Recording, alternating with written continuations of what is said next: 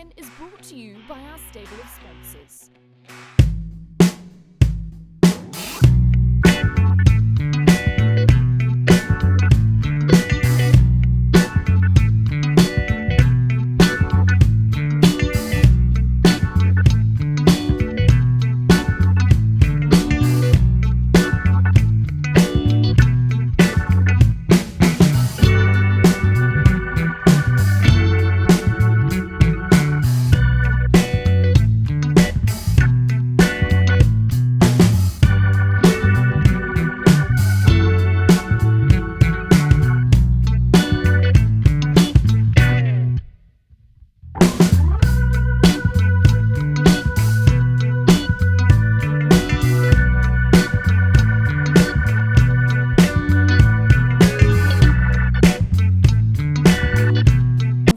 Where a number of stars grace the turf, and we're going to be going back and reviewing all of those races here on the show this morning. We've got a very fitting guest with us today. Butch Castles, a very warm welcome to you. Must have been a massive day on Saturday. Yeah, it was, Emily. Thanks for having us in. It was a great day to be a part of. I thought it was some wonderful racing on the track, some really high-class performances, and wonderful to have those old legends there, the horses leading them out, the likes of Mufasa's, the Excellence, Ginger Nuts even making an appearance. Those sort of horses just added a dimension to the day. It was a super day. It was, it most definitely was. Now, Butch, we've got no Michael this morning. He's not with us today. He's over in Melbourne at the sales. And if you tuned into the show last week, Michael very kindly shared a little bit of info about me with regards to the ballroom dancing. And I just wanted to say a big thank you to everyone who's reached out to me to say well done and ask me how I've gone with the dancing. I really appreciate all of your kind thoughts. But I did think sharing a little bit of private life on When, why don't we share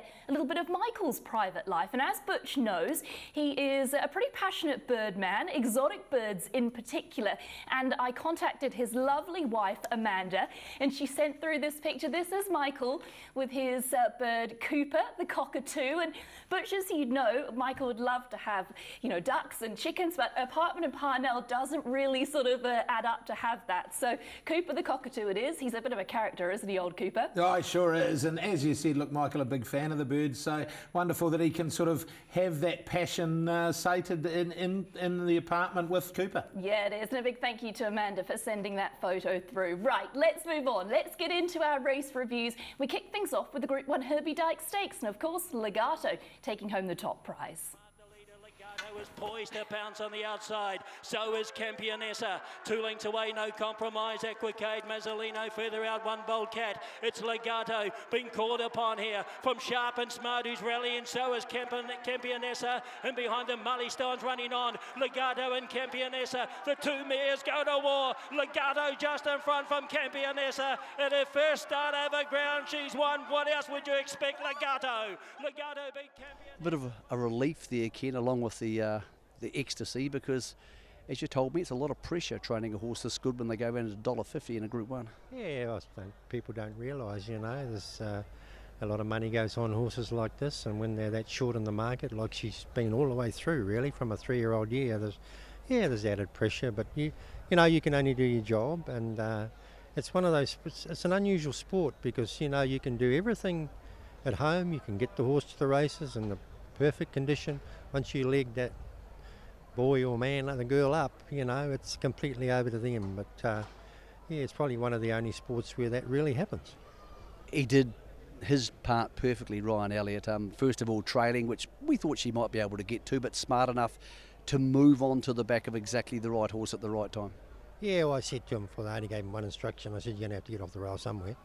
And he did that, and he did it quite early in the running too, which was good.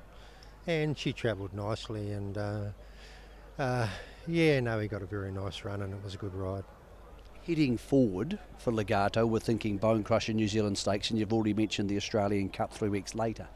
In your mind now, are her best target races going to be 2,000 metre races, or is she still a horse who's going to be competitive in Group 1 miles when needed? Oh, I think if she's fresh, on the fresh side, she probably will run a pretty merry old mile. But, it opens up a lot of doors, because as you say, she can go to the Bone Crusher now and then the Australian Cup.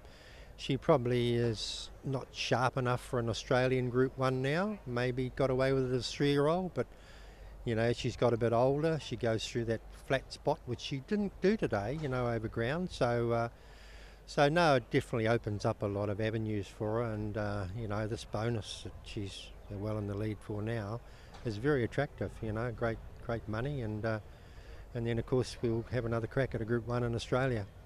Okay, if she can run 2,000 metres, she can run 2,040 metres, so you know what race I'm talking about. October, the last Saturday, 240 around the valley. Yeah, Cox Plate, obviously. I mean, Phillips always, he's bred a Cox Plate runner. I think it runs second. Did it win? I'm not quite sure. But Which one was his? You've got me there. You think two blokes like us would know, Ken, wouldn't you? Yeah, so no, it's always been in the back of our minds.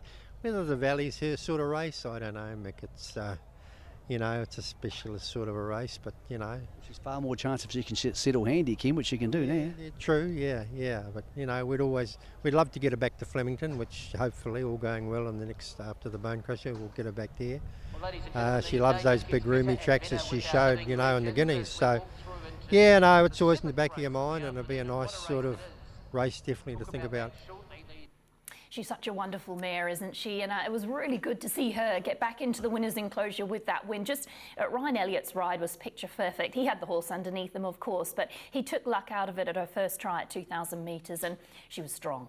Yeah, she was. Look, he popped off the fence, as Ken said, quite early in the race. He tactically got onto the back of Sharp and Smart, the right horse to follow, managed to get into a position where bad luck was taken out of the play. The winning of the race had happened well before this part of the race. And look, Campionessa is a high-class race mare. She ran up at about the 200-metre mark. You thought, oh, we're going to have a horse race here. Sharp and Smart wasn't flinching too much. One Bold Cat racing really well, getting home. And here you thought maybe it's going to get close. But Ryan asked her for her best. And look, she treated them with disdain the last little bit. He's eased up on her a wee way from home, hasn't he? And yeah, she is one right out of the top draw. Yeah, she is, and what she's done has been fantastic. I spoke to Ken this morning, and she's pulled up really well. She's bright and well, and I understand he thought it was 3 weeks to the Bone Crusher at Ellerslie. It's in fact 4, and he said to me this morning, with that in mind, perhaps an exhibition gallop will be on the cards just to keep her right up to the mark.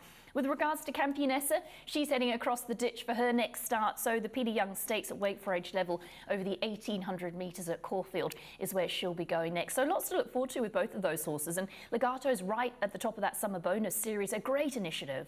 Yeah, it is, and a shame Campionessa's not going to go to the last leg of that at Auckland. It's Legato's to lose that bonus, but the bonus is that this is the reason why she's here. She's having 2 more starts in New Zealand. She probably would have had the lead-up race and then maybe gone to Australia, but these 2 races have kept her here, and we get to see high-class race mare like her a couple of extra times because of that bonus, and we'll talk about that. Some of these initiatives are making it so much harder for horses to head to Australia or even be sold, and Wallen would be a classic example of that we'll touch on soon. Yeah, exactly. It's a great concept, and it's delivering some wonderful racing here in New Zealand. The BCD Sprint is the next race that we look at, the other Group 1 on the programme, over the 1,400 metres, and it was a very well-deserving winner in Bonnie Lass. Coursign Mav, followed by Malt Time, and then came Whitetack down to the 250G. Bonnie Lass is still travelling. She led by a length and a half. Crescetti's been called upon. Then Coursign Mav. Further back then we've got Whitetack and Quintessa. It's Bonnie Lass. Is this her day? Crescetti's trying ever so hard. Bonnie Lass, Crescetti's lunging, getting close, not close enough. That's a well-deserved Group 1 for Bonnie Lass. Bonnie Lass has won it from Crescetti. I'm sure it's a cocktail of emotions, Richo. Oh, man, I tell you what, I was just saying to someone before that, you know, from the bad luck we had last year, we've been late scratched here twice. Once standing on a plate around at the gates, and I thought, oh my God. And another time walking off the truck, she'd split her hoof open, and which was a really strange thing to happen, but it happened. And then getting knocked down in the railway and knocked down in the Telegraph, and I think there's not a horse in the country deserves it more than her. I don't mean to laugh, but did you ever think to yourself, we might be cursed here? Oh, yeah, well, yeah, that's Brent Cooper and I both thought that, but you know, it's just amazing feeling. I'm just so pleased she's come through that race really well, you know. So, did you talked to Craig about potentially trying to pounce the gates like that? Because I think it took most people by surprise. Oh, absolutely. We had to go forward. It was the only way. You either go forward or you're full wide midfield or you're back last, and you can't win from there. So, and that was the plan, and for a change, it worked out well. Okay, at the 300-metre mark, you had a good 3-year-old, a really good 3-year-old challenging you. Did you think you'd be able to hold Crocetti? Well, the funny thing was that I show no emotion in a race because it always stops a horse, but I always out winning pace. I started screaming all right, but it was it was tough. He's a very good horse, Crocetti. I mean, less weight, so it was a guts effort by her. Okay, usually with a mare, when they get a Group 1, the natural thing people think is, well, there's only one more thing to do, and that's get some black type in Australia. Is there any chance that's on the agenda? Well, the new market is on the cards, but I mean, she's got to pull up very well. And actually, Mike Moroney's a mate of mine. I worked for him for too long. No, I worked for him for 12 years, and he's always been a good mate. And he said, bring her over for the new market, and I was certainly thinking about it.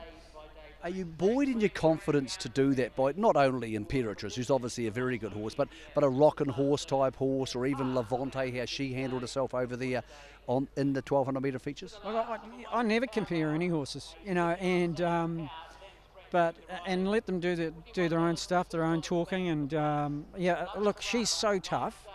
She tries every time, and she got what she deserved today, and I don't know how strong the sprinters are in Australia at the moment, but they're the hardest to beat in the world. Okay, let's talk about next season. She's done a big enough job now. They're worth a lot of money when they've done what she did today. Do you think she'll go on next season? I know it'll be a syndicate decision, but do you think so? Well, I don't think she's done enough yet. I bet you don't. No, I don't know what's going to happen. It's obviously up to Brent Cooper and Sandy Moore, and if she races again, so we'll see. Graham Richardson there. A big congratulations to the team, of course, behind Bonnie Lash. She is just such an incredibly tough mare, and I don't think there was a person on track, Butch, that wasn't absolutely stoked for the mare herself and all the connections. It was a fairy tale win, really. Yeah, it was. Look, as Richie alluded to, she'd been desperately unlucky when the horse ran about in the railway. Telegraph, no luck as well. They took that out of play. Look, sometimes the outside gate's way better than a gate 2 or 3 from the outside because you've got no outside pressure. So Craig, with a defined plan, was able to know that he could go out of the gate without getting anything from the outside. So he went forward, took bad luck out of the play. Crocetti, he's lost none of his admirers with this. Look at him chop legs there to have another dip. He's really tried hard. He just gives the impression he's still not 100% made. He still just doesn't quite know where to put everything. All those big legs are just sort of going everywhere, and when that penny finally drops, whilst he's a special racehorse now, he might even be more special. I thought Coolside Mav was massive in running third. Great to see him back. John Barry would be delighted with that, to get him back to somewhere not like that Australian Group 1 form that we know he's capable of. But that was a high-class horse race, won by a high-class mare. First win at 1,400 metres, so it's hard to do. First time winning at 14 at Group 1 level, so congratulations to all concerned. Yeah, exactly right. And some exciting announcements with regards to where these horses are all heading. I spoke to a number of trainers this morning. Graham Richardson indicating, as he did through that interview, that Bonnie Lass most likely towards the new market handicap in Australia. Going to have a little bit of a freshen up until Thursday, and then the eyes are on the Australian prize. He said, why not? She's in the form of her life. Why don't we go over there and give it a go? What have we got to lose? So great to potentially see her in the mix with some of the best sprinters in Australasia. Outside of that, Crocetti, Danny Walker, thinking the Australian Guineas for Crocetti, or potentially the paddock. Still a little bit of water to go under the bridge. Danny Walker indicating that Crocetti knew he'd had a race on Saturday, but he's pulled up well, and their plans still to be confirmed. But maybe the Australian Guineas, and Quintessa, probably the best unplaced run of that BCD Group Sprint, coming from right back in the field, will the Australian Guineas for her as well. So really exciting stuff when it comes to a number of top New Zealand gallopers heading across the ditch. We saw what Legato was able to do in the Australian Guineas. Fingers crossed that some of those other New Zealand gallopers can keep that flag flying high. Move along to the next race that we highlight, and this one is the Sir Patrick Hogan Kapiro Classic. This one won by Wallen. Adam I Am Bulldogs his way out into the clear as well, then followed by Cinnamon out wide at GG to catch a thief. Many chances at the 250, has to be a winner. Vera Rose, Adam I Am being called upon from, followed by out wide and our Reputation at the 150. Adam I Am's coming out after them now, has to be a winner, and look at him, Wallen's diving through, one off the rail. Whoa, what a win, Wallen. Well, Russell, great to have you here repping the great Jerry Harvey, and gee, those colours never get old, do they? They've been around so many times in New Zealand, and he's still supporting New Zealand racing and still beating the drum for us. He sure is, Michael, and probably the great thing with Entane here now is that he's starting to get rewarded for that support that he's given New Zealand, and you know, it's just fantastic to see for the horse, and particularly for Shane and Kara, who've done a great job with the horse, placed him extremely well, which his form vindicates, and to have a big race like this race here today, the Kapiro Classic, sponsored by the Hogan family, was fantastic. It's kind of, it's almost a touch of symmetry, isn't it? I mean, Jerry has been such a massive part of racing, both there but in Australia, but of course here as well. And the late Sir Patrick was a man of, shall we say, equal stature. And they're pretty hard to find those sort of people in the same place at the same time for a race like this. Well, it is. I had the great fortune to work for Sir Patrick for 6 years, and obviously worked for Jerry now for over 15 years. So they're both men that have been so passionate about racing, put their own time, money and effort into ensuring that the business went ahead and progressed, and it's great reward to see those people get rewards out of it at the end of the day. I tell you what, if he can sprint at the end of 1600 like that, he's a Tarzino. I think there's a lot more in the future for this horse, and probably over longer trips. We always, the race we'd targeted for him was that Remataka at Wellington over 2100, because we felt he was ready for the first run over ground at 2100 metres. It was 350,000, so there was a couple of good reasons why you'd have a go at that, but he obviously wasn't high enough up in the ratings to make that field. And between Shane and Butch Castles, they were talking, and Butch indicated that the horse would probably make this race, so they thought, well, let's freshen him up and add the blinkers and see what happens, and the result was scintillating for sure. You guys can have your horses trained by anybody in the world. How did Shane Crawford, who does a wonderful job with his horses but doesn't have a huge race team, end up with Wallen? Shane's a fantastic horseman, and he does a lot of work for us, whether it be breaking in or pre-training, and the idea was that a lot of our geldings, we get them up, trial them and sell them on overseas, and so we gave this horse to Shane solely with the purpose, look, get him going, break him in, get him going. And he went Shinsaw a few times, and so we missed the opportunity to sell him. All of a sudden he's a 4-year-old gelding, and we ended up racing him, and Shane had done all the work on him. It was only fair that he got the horse to continue training, and I don't think there's any other trainer in the country would have done a better job with the horse to date, and so we're very fortunate to have Shane and Kara look after the horse like they have. Where he goes from now, it will solely be Shane's decision when he returns from Sydney. Yeah, Shane Crawford across the ditch at the sales. Spoke to him this morning via message, and he indicated that potentially the Rangitoto Classic is where they go. You said that as well, Butch, a natural progression, but he's been up for a while, Wallen, but he's just really thriving with racing. And we saw from that overhead shot, the position that he came from. He was so far back on the turn. Yeah, he was, and Ryan just pinched runs everywhere, didn't cover a yard of extra ground, had to come off once only to go through that gap, and look where he is to get it at the 200. You thought, oh, he might run a nice sort of 4th or 5th, but as they came back to him, he was able to really get cracking, and it was strong through the line, blinkers on, sharpened him up. He'd been 5 weeks between runs. It's 4 weeks to the Rangitoto Classic, so if they choose to go that way, I wouldn't imagine that'd be a problem. But look, it's just so fantastic to be able to have a race like this. The Hogan family, when I approached them about sponsoring it, because it's termed an innovation race, and Sir Patrick was a great innovator, I spoke to Paddy and Liam, his grandsons, and of course with the blessing of the family, they jumped on board, and just wonderful to have a race like this. It's one of 5. We've got the South Island one we're going to talk about coming up. We've had the Remataka Classic. The equivalent race last year as race 7 between the two Group 1s, this race bet nearly twice as much. So it just shows you that when you can get a field chock-a-block full of form with horses that have bringing great form to a race, that the betting follows. And that's what it's all about. The cold hard reality is, yes, Entain are just amazing what they're doing, but it's all about trying to get that betting up. And you see examples like that, and that's a fact, that the betting was significantly up on the equivalent race as race 7 on the card last year, and that's what we need to happen. Yeah, it is, and I like the way that participants are really buying into the concept as well. That's what we need, and I think some of these races are going to produce some really nice horses heading forward. A horse like Wallen that's going to work through the grades and end up being a lovely open handicap, or even better for connections. But it makes it harder for connections to choose to sell them, you know, and that's the big trick as well. We're getting horses staying here. I know Nereus of Waikato Studs, ordinarily he may well have been sold to Australia, but he stayed here for the Premierships Classic. He ran second, but there'll be more races for him. Wallen, I'm sure they've had offers for him, even though Russell said he went Shinsaw a couple of times, but through his racing career they will have had offers. But there's now defined targets for these progressive horses for really, really good money, which makes that decision harder, and that's what we've needed. Yeah, it is exactly what we've needed. Long may it continue. The next of our features is the David and Karen Ellis Phillies Classic. It was taken out by the ever gallant Molly Bloom.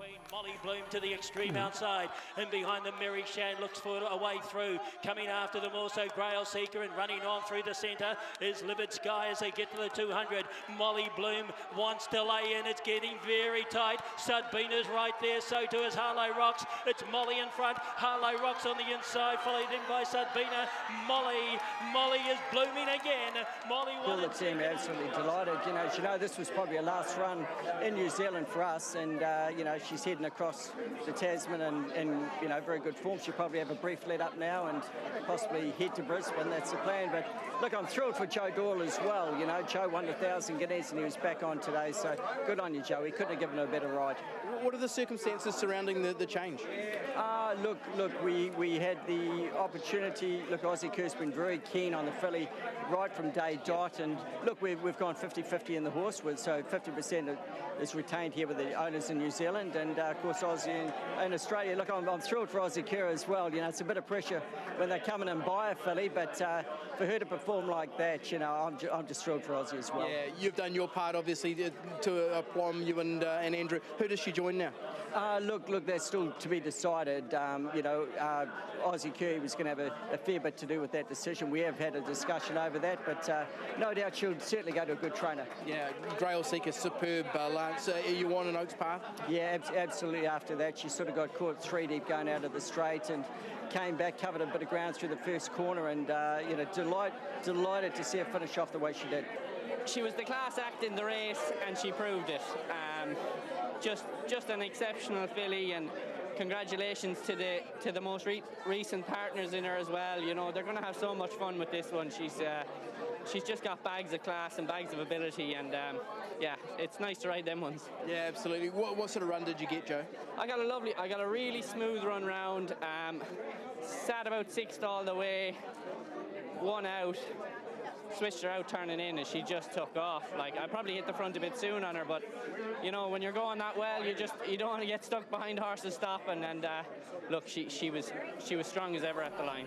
Yeah, she was strong at the line, wasn't she? There's no doubts about her winning that David and Karen Ellis Phillies Classic. She's a lovely mare. She has been the whole way through, and it was great to see her back in the winner's enclosure. And if you've purchased her, you're getting a lovely in-form filly at her absolute peak, aren't you? Well, it's the perfect result, really, isn't it? Aussie Kerr comes in with a fair bit of that Aussie dollar and says, I'll have half. I understand those negotiations have been going on for a long time.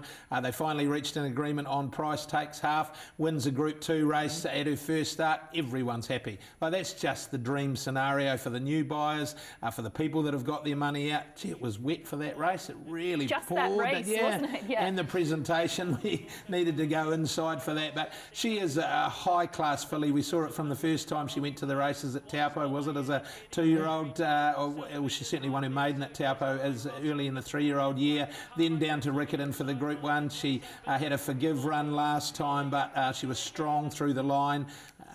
Mary Shan didn't have much luck back on the inside, so be interesting if they press on towards an Oaks with her. You think that might be on the cards.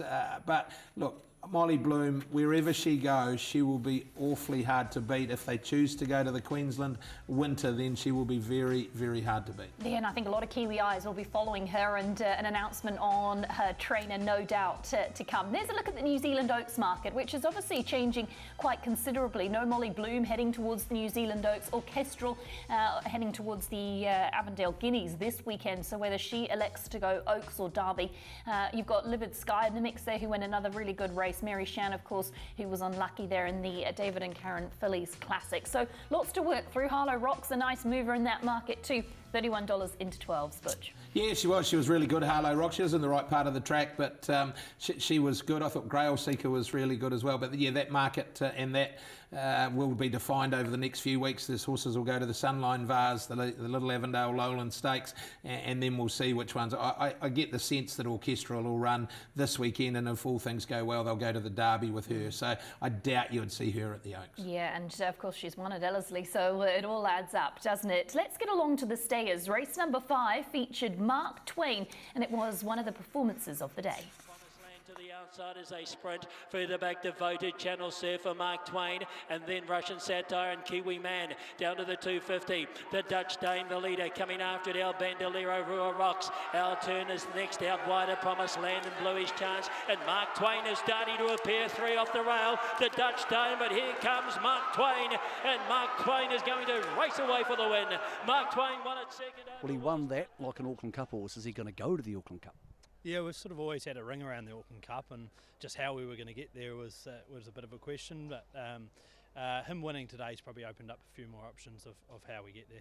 He doesn't seem to have a lot of tactical options. He's a horse who seems to like to do his own thing for the first 600 or 800 metres of a race. Yeah, and you know, hopefully just with maturity and sort of you know, just racing, he learns to jump and sit there better. But you know, when you're trying to get him to go further, you want to get them doing things right, and we didn't want to get him too out of his rhythm. And fortunately, he's got a huge turn of foot and can really run some good sectionals late, so he makes up for it in the second half of the race. How do you get to Ellerslie? Does he pop into a race on the way through? I take it it's too short a turnaround to go to an Avondale Cup? Look, the Avondale Cup was certainly in our thinking, whether we may even just head straight to the Auckland Cup. He's a pretty naturally fit horse, he's a natural stayer. As I say, winning today gives us a few options, because that'll put us straight into the Auckland Cup. So we don't have to run again, whether we think it's the right option and want to. That's another thing, but look, we'll talk to OTI and the team, Terry, and have a bit of a think about it, see how he comes through it and make a plan. But Auckland Cup's certainly the big goal. Knowing Terry, if he goes good in the Auckland Cup, the words Sydney Cup are going to come up in a conversation. Yeah, and I think that could be a natural progression had he come through the Auckland Cup well. They've been great. You know, Terry's been in the game a long time, so when we rang him in the spring to say, look, he really wasn't thriving, he was all too happy to put him out and wait for him, and they're getting the rewards now for doing so. So we're lucky to have supportive owners like himself, and hopefully come the Auckland Cup and perhaps the Sydney Cup, you know, they get the bigger rewards. A bit of chat around the traps that Prowess is not as bad as first thought when she was retired, and that if things go well in the next month, maybe she can go back into work? Yeah, big maybe. We're sort of crossing our fingers at this stage. When we first sort of, you know, when we came across the issue, it was pretty much definitely career over. It didn't look great. We always thought that we'd be able to get her back as a broodmare and sound as a broodmare, but that was probably best case scenario.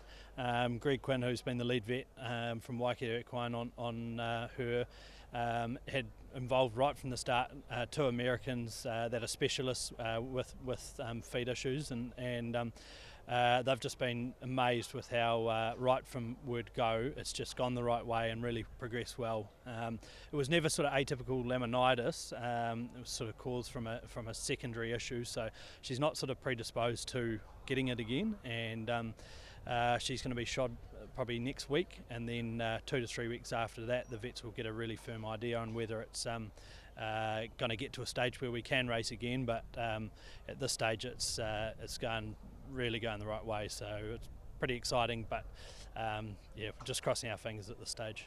Just orchestral. Obviously next week, Avondale Guineas into a derby. That's the plan. Yeah, we'll get the Avondale Guineas out of the way, but everything says that she's just going to eat up 2,000 and further. So she's really well. She's worked up nicely and comes to crack a run well. And yeah, looking forward to seeing her there, and then potentially a derby or a bone crusher. That decision will be made after the Avondale Guineas. But at this stage, we're sort of leaning towards the derby. But as you know, things change as you continue on.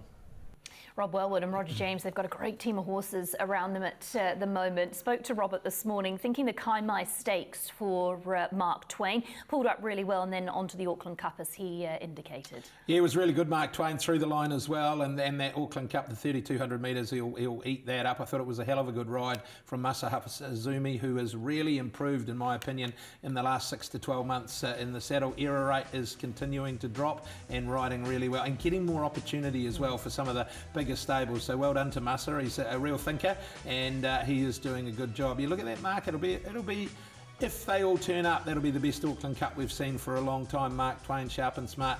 The honesty that some of the jockeys will hope Sharp and Smart's not there, and some of the trainers will hope Sharp and Smart is, because he'll mean that plenty of them will carry a lightweight if he is there. But what we saw on Saturday, he was good, Sharp and Smart, so maybe they will go that way. Terra Mitica was really good during the week, and I think we're going to have a look at that shortly. Yeah, speaking of this day, Terra Mitica, of course, won the Open Handicap at Matamata on Wednesday. Here's a look at that as we get you off to a break. Nest Egg and Ocean Billy, homeward bound, 300 metres to go. Khan Hunter tackled by Good Oil. Terra Mitica looms up on the outside, and behind them Pep Talk. Further back, Mezzabine starting to run on. It's now Terra Mitica. Khan Hunter still in for the fight with Good Oil. Terra Mitica in front though, and the favourite's going to deliver. Terra Mitica.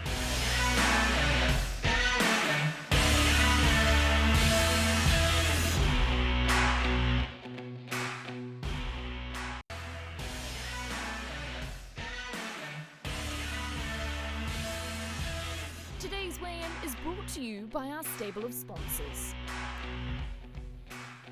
You're back with us on Weigh In for part 2, and we start with a horse to follow from Te Rapa on Saturday. It was, of course, Financier from the Stephen Marsh stable, a lovely progressive type of galloper. Let's have a look at the win in the final race of the programme. Joining them also is Navigator. Financier looks to run on, so does Burn to Shine. And behind them, Francie, and out wider Jaffe. Many chances at the 200 metres. Navigator coming after it. Financier. Jaffe's warming up as well. Oh, got pretty tight there. Some of them locked out. It's Financier just in front. Jaffe's trying to pick it up on the outside. Financier a nose from Jaffe. Third at the line, Burn to Shine, and then Navigator. Then followed by Impreza. It was a pretty competitive way to wrap up the day, Butch, and Financier really is progressing through the grades with ease. Yeah, he is. Look, he's a good horse, this. He's won 4 from 4 at the 1,400 metres. He's pretty lightly tried. I know that the stable hold him in the highest of regard, and I'd expect, if all things being equal, he's the sort of horse that could go through to be running in a BCD Group Sprint 12 months' time from this this race on Saturday. Look, it was a good effort. It was a good effort, the second horse as well. That's a good field, that, like a really good field, a good way to round out a program like we had on Saturday with a progressive, strong rating 75 type of race. But he is one that I reckon will go through to the top. Yeah, I'm talking to Stephen Marsh. He's heading towards Ellerslie on the 9th, and that'll be the open 1,400 metre event. So that's where you can see Financier next. Move on to another race here, and we head down the country for this one. It's Riccarton for the Banks Peninsula Cup, and in very unusual circumstances, this is the win of Eminon, who is of course a half to Legato. 2 lengths away, Milfiore revving up toward the rail from Fafita. Zoolander wider. Eminon Spartan. Milfiore still 2 lengths away. Wider out Zoolander. Eminon with just an advantage over Spartan, who's brave. Milfiore coming at them with fresh legs. Eminon holding. Milfiore flying. Eminon got there. What a 10 minutes for the progeny of Geordie Girl, Legato, winning the feature up at Te Rapa. And her half-sister Eminon's done the job here.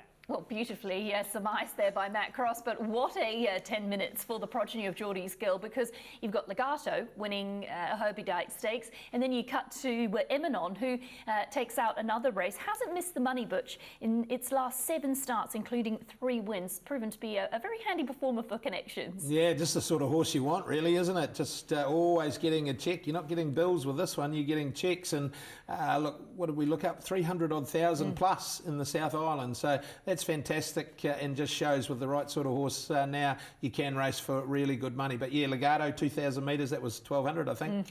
So the progeny of Geordie Girl were doing a wonderful job. Yeah, very versatile. If you're the owner of the broodmare, you are rubbing your hands together. The next race we highlight is the TAB Southern Alps Golden Ticket race. This one was taken out by the pretty promising Mystic Park. In behind him, then Tradition, wider out on those horses, Sacred from Junebug, Divine Saver in Tradition, 720 took over, here's Mystic Park, he now sees daylight, burst the gap, went up, struck the front and put up 2 lengths on 720, Divine Saver running on, and then came Strike Force wider out from Sacred, but Mystic Park at the 100 metres, the Pitmans have well and truly unearthed another talent here. Mystic Park gets the golden ticket. Mystic Park by 5 lengths in a stunning display. Beats Divine Saver, 720, photo 4. This is a horse we can definitely follow, Butch, isn't it? Because a really nice progressive type, and another of those innovative or innovation races that we've been seeing, and good to see a nice progressive type winning it. Yeah, look, he's a really good horse. Son of Ocean Park didn't cost Michael and Matthew Pittman overly much. I think 40,000 out of the NZB sale, and what we saw there was very, very impressive turn of foot. Look, he'll be awfully hard to beat in that TAB Southern Alps race, because he'll get in with a lightweight, I would think, based on where he's at rating wise, and now he's got that golden ticket. They can plan back from that reading that Michael said that he'd probably have one more run and then into that innovation race, and probably another example of a horse where the Connections have maybe had a decision to make, and they can now make that decision with the knowledge that there's $350,000 up for grabs that they can run for. Yeah, and we talk about the golden ticket races. Well, the next one is the 2nd of March at Wingatui, and then you got the 23rd of March at Riccarton to get the golden ticket, to be exempt from the ballot into that TAB Southern Alps innovation race. Really looking forward to that, and looking forward to seeing Mystic Park out at the track again. Let's talk about the 2-year-olds. We get to the 4th at Riccarton. It was a pretty impressive day for Tiakau down at Riccarton. This one of the most impressive. Inside the 400, Quinterful to the inside. Now has a length and a half to spare on Capital Listing. Then came Ali Nell, who's sticking on bravely. Down to the 200 metres, though, comes Quinterful, is clear by 5-6 lengths. Niranjan Palmer looked over the shoulder and erases away. Quinterful, Tiakau, Niranjan Palmer again, and it was comfortable. Quinterful by 7 lengths. Beats O'Malley now. Plenty of merit in that debut. She kept on track. An easy call for Matt Cross with just the 4 runners, but Quinterful really made mincemeat of rivals. A 1,000 metre dash, 2 starts now for the win, and a placing, and no doubt nice for Tiakau, being the progeny of Extravagant. Yeah, that's right, homebred, and I suppose they say there's no such thing as a good thing, but that would have been as close as you'd ever see. A 4-horse race. It had run 2nd to Damask Rose on debut at Taranaki. We know what she did in the Karaka Million, and now this one comes out and dead set 2nd rates them. So they'll be down there for black type opportunities with Quinterful. Disappointing to see only the 4 runners, though. Hopefully there's some more South Island 2-year-olds to come out as we build towards those black type races, but you can do no more than Quinterful did on Saturday, and it was far too good for them. Yeah, and at this point it's a good opportunity to have a look at the Premierships. Let's start with the trainers Premiership. Of course, Mark Walker and Sam Burgesson training 4 at Riccarton on Saturday, and they've got close to $6 million in prize money. Stephen Marsh having a really good season, and what about Robbie Patterson as well? He can do no wrong when teaming up with Craig Grills or pretty much anyone. He always have his horses to follow. Yeah, he does. He's flying at the moment, Robbie, as you said, but look at the group enlisted for him as well. 6 of the 38. Stephen, as you said, Stephen Marsh going really, really well. 3.3 million in the bank, and Tiakau, or the Walker Burgesson combination, is just dominant again. But look at those money figures that they're getting, and we wouldn't have seen anything like that up until this season with the injection that NZTR and a planned approach because of the Entone involvement have been able to do. So it's just wonderful that we are competing for such improved stake money. Yeah, it absolutely is. And what about the Jockeys Premiership? We can have a little look at that too. It's a pretty competitive one this season. Warren Kennedy, Michael McNabb going toe for toe, and Joe Doyle, well, he's right in behind. Yeah, he is.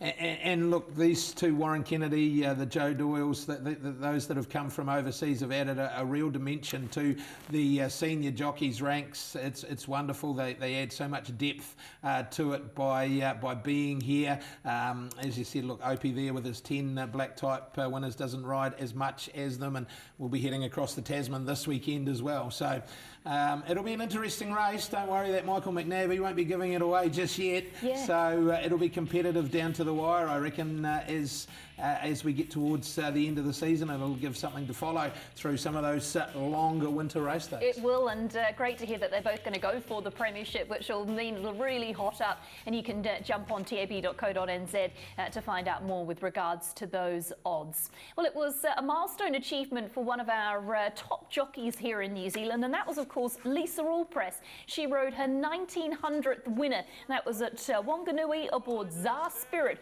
before she heads off to Saudi Arabia for the Jockeys Challenge in the coming weeks. Lisa Allpress, well done to you, Lise. 1900 and Tsar Spirit won it. Erna up for second, and Narinci has jumped out of a ground to run third. She's a wonderful jockey and has been for a number of years, Butch, and that's a milestone achievement, the 1900. I know the 2000 is the goal, and it won't be too long till she gets that either. No, it won't be. She's very determined. She's very driven. She'll have that goal deeply etched in her mind, and it'll be something that she'll chase with that single-mindedness that we know Lisa has. And look, she hasn't had it all go her way. She's had a number of injuries over the years and had a significant, I think, shoulder reconstruction of late. So for her to be back, she was at Rapa on Saturday. She came into the office and got a coffee, and she's always happy, always got a smile on her face, bouncing around. And look, she's one of our senior riders, and that 2000 will be richly deserved when she gets there. Yeah, absolutely, and best of luck to her in Saudi Arabia. No better representative for New Zealand racing. Well, let's get you off to a break, and we leave you with the Wairarapa Breeders' Stakes, and it was a well-deserved win for Town Crier. Town Crier tackled and headed by Sugar Sweet, who moved up and took the lead. Town Crier in for the fight, 2 lengths away then. Third, Snazzy Tabby at Sugar Sweet. Town Crier, Snazzy Tabby trying to let go. Wider Magnifique, Sugar Sweet, Town Crier, Snazzy Tabby the outside. Town Crier finding all sorts the inside. How tough.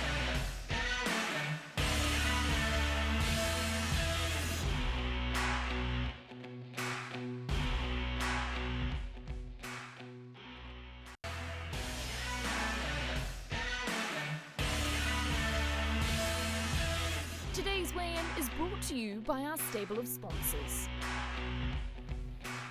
It was a great weekend for the New Zealand breds across the Tasman. No better win than Mr. Brightside, who took out the first Group 1 in the CF4 for the autumn. Joined by Buffalo River, 250 metres to go. It's last man standing, 2 lengths to Ayrton V8, and Mr. Brightside is coming on now. Buffalo River at the 150. Pride of Jenny won't give in, and now Mr. Brightside is sprouting wings. Here he comes, Mr. Brightside over the top. He got up, Mr. Brightside. I think Mr. B's back in town. Beat Pride of Jenny and also Buffalo River. Then V8. I just love him, but she's just such a great racehorse. He's no fuss. He just sticks his ears back and gives it a try.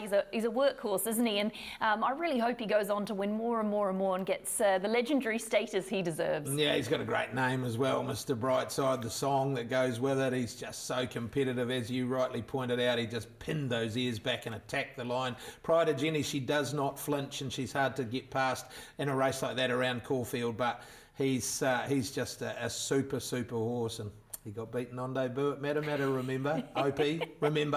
How do you get a multiple Australian Group 1 winner beaten? I just don't know. Well, we'll have to bring it up one day. We'll bring the tape up. Next time Mr. Brightside wins a Group 1, we'll have it on Way and we'll just show how he got bashed on debut at Matamata that day. Yeah, we will. I tell you, I don't let that lie. That's every time he wins, we have a little chuckle about that one. Yep. With regards to some of those quality horses heading forward, well, he's got to assert himself as being one of the horses to follow for the autumn, really, doesn't he, when it comes to that sort of level of racing? And there's just so many options for him, you know, whether an All-Star Miles on his dance card or maybe he chooses to get up to 2,000 metres. But just a horse like him has so many options. There's possibly an Australian Cup, I'm not sure, maybe even Sydney for a Queen Elizabeth. Well, he went so well in so there's just so many options for him. He's favourite, as we see there, for the All-Star Mile, and why wouldn't he be? But Jimmy Star is there, and isn't he a star, Jimmy? We spoke about Financier earlier, and of course, a day at Hawke's Bay that Financier went around favourite. He happened to be beaten by Jimmy Star, who's gone on to remain unbeaten. So it's pretty good form reference from Hawke's Bay Spring Carnival. Really good form reference, and that's often the case out of that Hawke's Bay Spring. You know, it does throw up such progressive horses, and as you say, Jimmy Star's remained unbeaten. But Mr. Brightside, if he runs in the All-Star Mile, he'll take all sorts of beating. It's Caulfield this year as well, isn't it? Yeah, it is, and for the Hayes boys too. He's been such an important horse for their career, really launched them when Dad, of course, headed up to Hong Kong. Yonce is the next replay that we look at, the progeny of Prasia, as we've become so familiar with flying the flag once again. Unusual Culture, then Young Verta, left flat-footed from Paperboy running a race, and Foxy Cleopatra coming on. Yonce went for home at the 150, 2 lengths Unusual Culture, Foxy Cleopatra, Young Verta, but it's Yonce clear, she's back. Yonce won it. Second, Foxy Cleopatra. Photo third, Young Verta, Unusual Culture. A gap to Paperboy, Kind Gesture. And at the tail of the field... I thought it was Yonce, but we'll go with the call. Yonce is... when you're winning like that, you can be called whatever you like. Yeah. Another lovely win by Yonce or Yonce. And let's talk about the progeny of Prasia, because he's just been a revelation in recent years, hasn't he? Yeah, he surely has. And just back to that Robert Wellwood interview, wouldn't it be amazing if we saw Prowess back on the track? We'd all sort of resigned ourselves to the fact that she had been retired and hoped that she would be sound as a broodmare, but sounds like there's a chance we'll see her back racing, so that'd be wonderful. She was a great advertisement for Prasia, but there, Yonce or whatever you want to call her, she's another example of how good they are, and we saw Legato. how well they sold Legato on Saturday. We saw how well they sold at the sale. So the Rich Hill run continues. Shocking, doing a great job. Mark Ace Twain, High, Ace High, Molly Bloom. Yeah, so look, they're having one of those dream trots as a farm that you have occasionally, and riding the wave. Absolutely. Snow Patrol is the next replay that we get you to. This is from Caulfield as well. The Autumn Stakes. This is the progeny of Contributor. Southport Tycoon is tanking into it. Snow Patrol is running on too, and back behind them Sacramental. Southport Tycoon lets rip on the outside of Carbonados, but Snow Patrol's a real danger. Southport Tycoon had a race at the 150, and next Snow Patrol, who's peppering away. Southport Tycoon and Snow Patrol, stride for stride. Snow Patrol has just beaten Southport Tycoon, third zip away for fourth. Hey Fat Cattle Carbonados. Talk about Prasia having a good run. Contributors also were enjoying a purple patch, and this Snow Patrol getting a really nice victory there at Caulfield. Was purchased out of the ready to run sale actually. Lily White's Lodge for $170,000 and gets a well-deserved victory. And Contributor, of course, Campionessa being a top performer for Contributor in recent months. Yeah, they sold well for Mapoli at the sales as well, and Mark Zara getting some of his expenses to jet across to the Super Bowl final from that. So yeah, him and Taylor Swift flying from all parts of the globe to be there today. Yeah, that's the chat of the morning, isn't it? Mark Zara running out of Caulfield after the Orr Stakes to make it to his plane. Taylor Swift jetting from Tokyo. Here you go, look at this. We're on the job here on Weigh In this morning. Chiefs versus the 49ers. What do we got? $1.74, the 49ers. There you go. We're just here for all the fans out there. The Tasmanian Derby, that's more fitting in with what we've got this afternoon. Tasmanian Derby, Bold Soul is the winner of this one, progeny of Embellish. Last of all, they pack up in the Derby, 250 to go. And here's Bold Soul letting go down the outside after Gold Wolf Motor Race. Bold Soul ran up to the lead, 150 metres left to go. Put a length in front of Gold Wolf, and it's Bold Soul in front. Gold Wolf kicks back. Bold Soul hard and won it. Bold Soul ahead on the line. That's 3 in a row for Patrick Payne. Second place in Gold Wolf. Third home was Patrick Payne, always a force to be reckoned with. Embellish out of the mare Twin Soul, $20,000 purchase. Some value for money there, taking out the Tasmanian Derby. Yeah, big for Embellish too. Continues to build a nice record with these 3-year-olds winning and placing in stakes races right throughout Australasia. So look, I'm sure he's got a lot of horses on the ground. They did a great job with him, kept his service fee really low for those first years. So those that supported him will be getting the rewards in the future, I'm sure. Yeah, they will. That sort of wraps up our Australian action, and we get into some more New Zealand coverage. And of course, the New Zealand Bloodstock Kiwi is where we get to next, and it's a wonderful concept, Butch, as we alluded to, these innovation races. This is the latest of them and the biggest of them, and there's a lot to unpack, isn't there? Yeah, there is. It's fantastic. This gets us into the realms of these big slot races in Australia. It's the richest 3-year-old race in Australasia, when it'll be run on March the 8th next year. I'm delighted that the board of Waikato Thoroughbred Racing have decided that we'll take the opportunity to take the slot, the opportunity afforded to the clubs that are running the bonus races. So we've certainly taken up that opportunity. I'm pretty sure the other clubs will as well, which will mean likely to be 9 slots up at this auction on the 27th of February. And that's a wonderful concept in itself. Normally these slot races, you express your interest and someone gets the an enviable task of selecting who gets those slots, but this it'll be the money, you'll say. So the auction will take place, and those that want one will get the opportunity in an open and transparent auction to purchase one. So look, it'll be fascinating. Yeah, it will be. And interesting, some of the people that have indicated their interest quite publicly. Chris Waller was one of those, of course, when he was over for the Karaka Milliot, and Aussie Kerr as well, showing some interest. So it's great that this is really landing. It's finding its place in the international market. Absolutely, and I think that article from Aussie Kerr during the week talking about the purchase of Molly Bloom, talking about how they are looking to ramp up their involvement in New Zealand racing, that just wouldn't have happened 12 months ago. So fantastic that that these people are expressing that interest. Yes, you're right. The Waller stable with Guy Mulcaster as their bloodstock representative, they have any number of New Zealand bred horses and purchased horses out of the NZB sale that will be eligible. So there's a real chance that they would need a slot to target horses at, because it's worth so much money. It is, and we know what the New Zealand horses can do, but for Australians, it's another way to get people involved in syndicates, because you can push that. Hey, you've got a New Zealand bred, let's take it back to New Zealand. How do you go about picking the 3-year-old if you've got a slot, Butch? What does that process look like? Well, that's when the fun begins. You know, we're going to try and be as thoroughly professional as we can. We will, of course, have a real preference, Waikato Thoroughbred Racing, that the horse is trained on one of the 3 venues, so either out at Te Awamutu, Cambridge, or at Te Rapa, where there are very few horses trained. But that would be our significant preference, to allow one of our people that pay track fees to have the slot. But we'll go through a process, and then you go early. One of the bonus races is the James and Annie Sarton Memorial. So do you look to try and secure the winner of that, or do you wait? And all of those things, that it's just fascinating how that'll play out over the probably 6 months leading into the NZB Kiwi. Yeah, I love it. It's such a cool concept, and can't wait to see how it all unfolds. Of course, the first thing that's going to be happening is that auction, as Butch alluded to, 27th of February, and you can register your interest. Anyone can purchase a slot. If you're sitting at home thinking you might like to be involved, well, just jump online and register your interest. Butch, it's been great to have your company with us this morning, and well done on Saturday. A wonderful day celebrating legends that have retired, and of course, new legends that were made. Absolutely. It's been a pleasure to look back on what was a special day. Yeah, it was. Well, that's it from us here on Weigh In. We'll be back next week to review all the action from Avondale Cup and Avondale Guineas Day.